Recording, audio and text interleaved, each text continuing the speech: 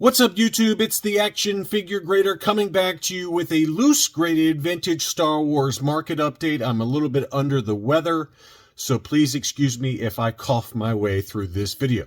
Lots of really good vintage Star Wars figures. We got some foreign variants. We've got some first 12. We've got some last 17.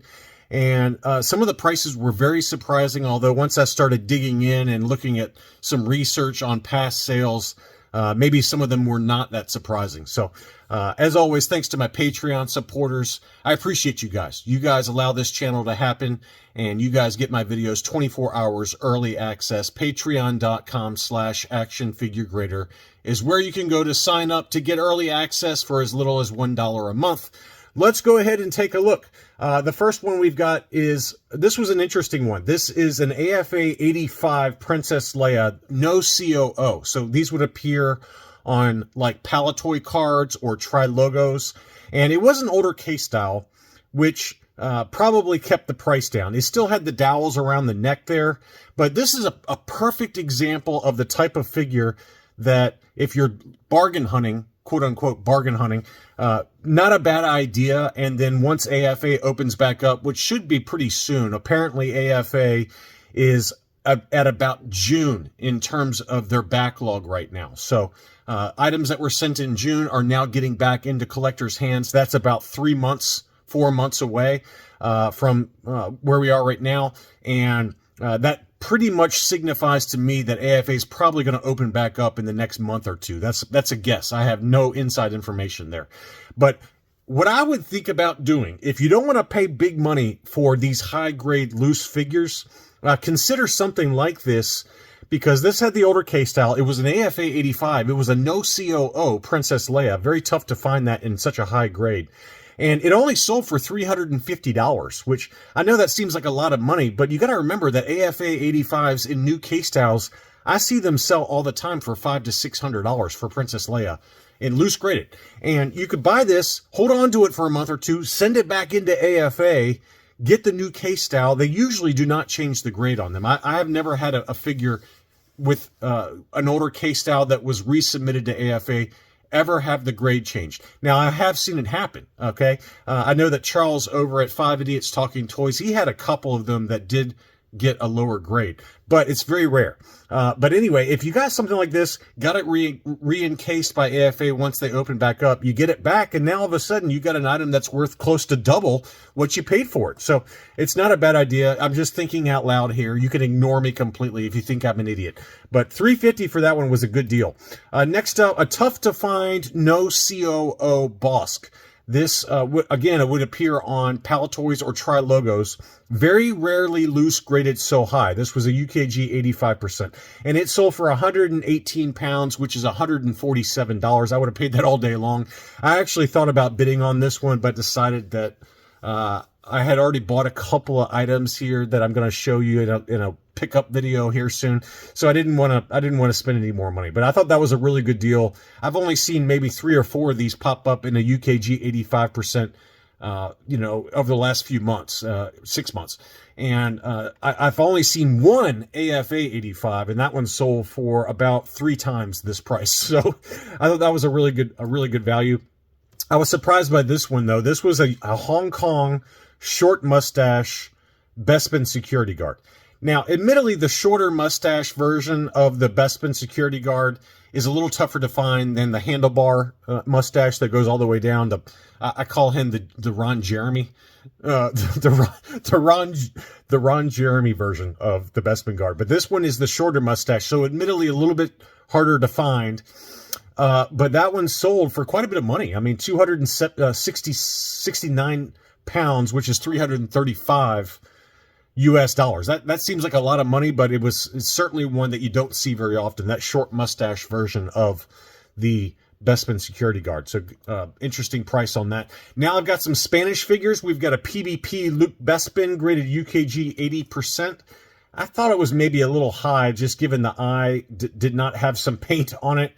There was some wear to the belt there, but as I've talked about in past videos, UKG does grade Spanish figures a little bit looser than maybe standard Hong Kong, Taiwan's, things like that. So for whatever that's worth. This one did sell for 132 pounds, which is 164 US dollars. Here was a Spanish PBP textured leather cape, and it's not really leather, okay? It's still kind of the vinyl material, but it has a texture to it that looks like leather. I have one in my collection that I'll show you soon.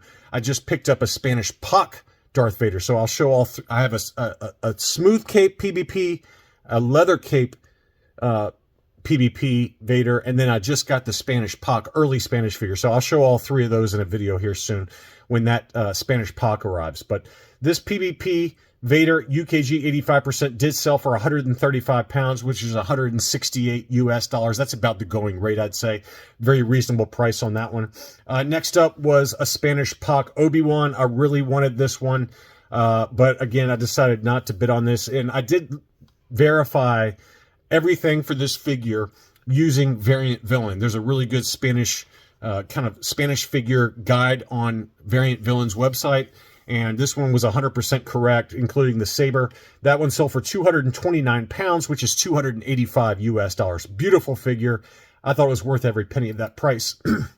Next up was a Lily Letty Obi-Wan Kenobi. This one has the dark gray hair and the very thick tip saber. It was graded UKG 80%. Now, there was quite a bit of stress marks to the saber, as you can see, not only on the hilt, but also on the tip. And this is a wide saber, kind of rounded tip. And this is the small head. The small head Lily Letty Obi-Wan. There is a large head as well. The large head, I feel like, is a little bit tougher to find. I think there's two different versions of the small head Obi-Wan Lily Letty. But anyway, it got the 80%. You know, to me, I think it's more like a 75 only because of the saber, but it looks like UKG does not usually grade the saber condition when it comes to the figure.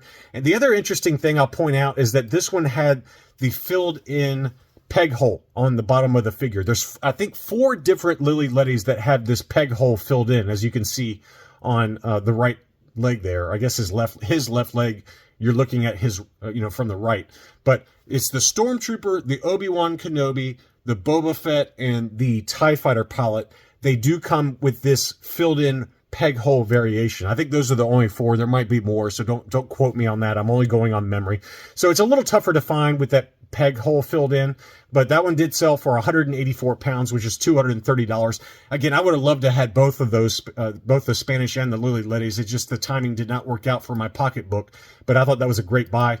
Next up was a cool one. This was a Lily Letty Ewok glider along with a Lily Letty Logray, and it was graded UKG 85% for both the glider as well as the Logray. Really cool item. I like how UKG offers this sticker for some of these, or maybe the seller added this after the fact. I'm not sure, but either way, I think it's kind of cool how they do that, where they include the Lily Letty logo, or sometimes you see it with the Spanish POC or Spanish PVP logo. But very cool addition and kind of unique.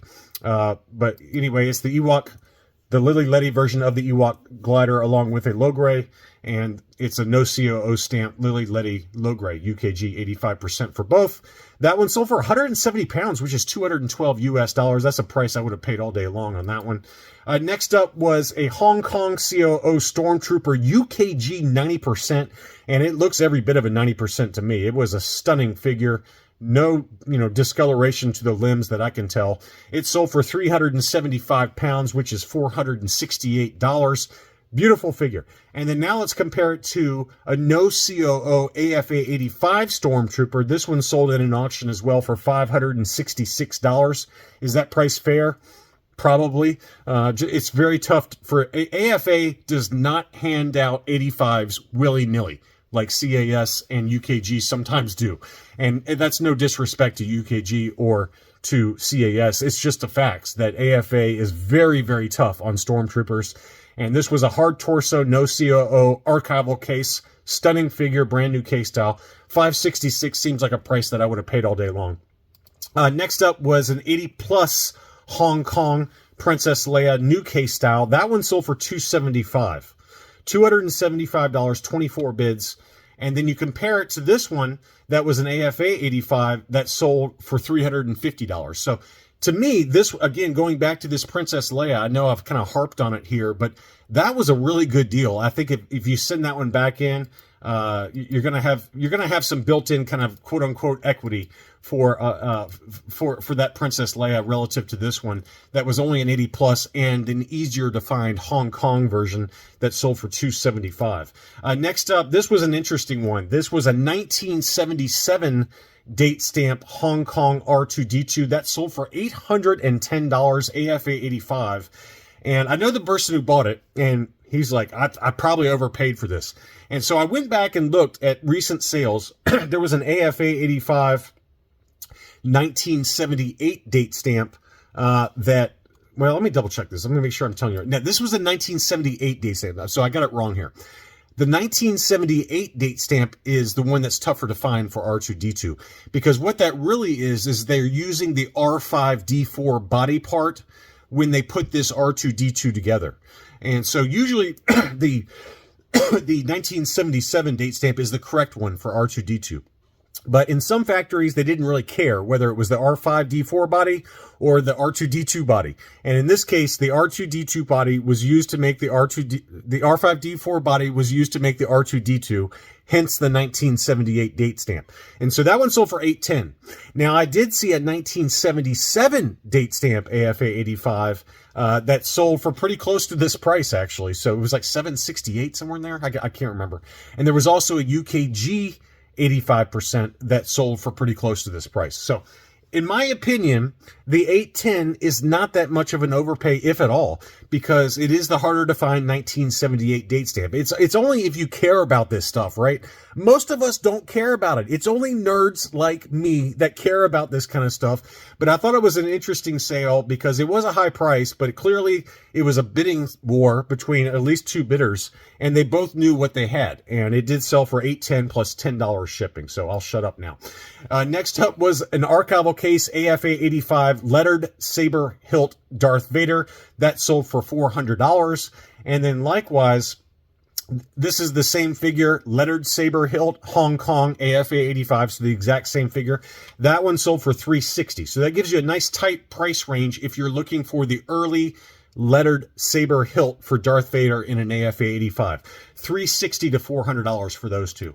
Next up, this was another one that I thought about bidding on, and my top bid was like $250, $260. And it sold for $431. So what do I know?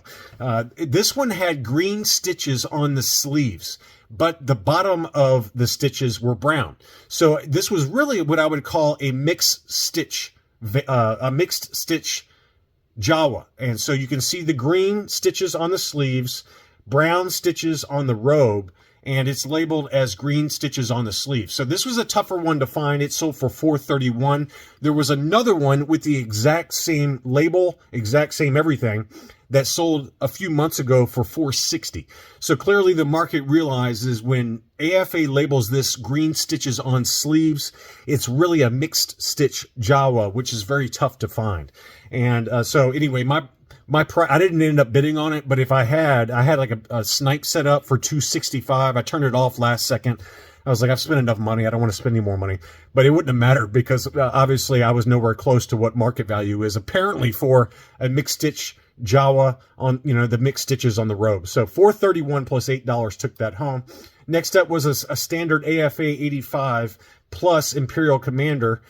Top shelf middle management. I thought that was a cool label for the auction title, but curved brown eyes, flesh face, Hong Kong, but it was an AFA 85 plus that sold for $178. Pretty good deal on that, I feel like, for a very high grade. Next up was an AFA 90 Weequay. This one sold for $229.50. There was another one that literally just sold for $146. And it was same grade, everything. So this one went a little bit higher than the last one that sold, but it is a AFA 90, but it sold for, a good solid, let's call that $70 or $80. So that's a pretty big number when you think about it percentage-wise. Next up was an 85 plus beige torso Admiral Akbar. Very nice looking figure. That one sold for $144. I thought that was a really good deal. This is probably a case where people were focused on the Jawa and maybe the Vader, and they kind of ignored some of these others that were very high grade. But they didn't ignore the weak way, but they definitely ignored the 85 plus Admiral Akbar. I thought that 144 number was a really good deal. Next up was an AFA 85 Bush. $330. That's a big number. That's the highest price I've seen for an AFA 85 Bush in a very long time. Very nice looking figure though, but $330 to me seems very expensive, although it was a beautiful figure. Next up was that Letty removable hood Jawa graded CAS 75. Only one bid on that one. I had this one in my what to buy video, and I said it's probably worth $1,500 or so, maybe $1,400. That one sold for $12.99. So really good deal on that one, I thought. Next up, we're going to dig into some last 17 to round out the video. This was an AFA 85 A-Wing pallet. It was listed for $425. I put it on my watch list. It sold in 10 minutes. So clearly the market said that $425 for an AFA 85 A-Wing pallet was pretty cheap, and because it sold literally just as fast as it was listed. Next up was a UKG 90% EV99. Beautiful figure. That one sold for 370 pounds, which is $461. That's a price I would have paid all day long, given that ungraded. These can probably set you back $300 to $330. Very nice figure. Very high grade.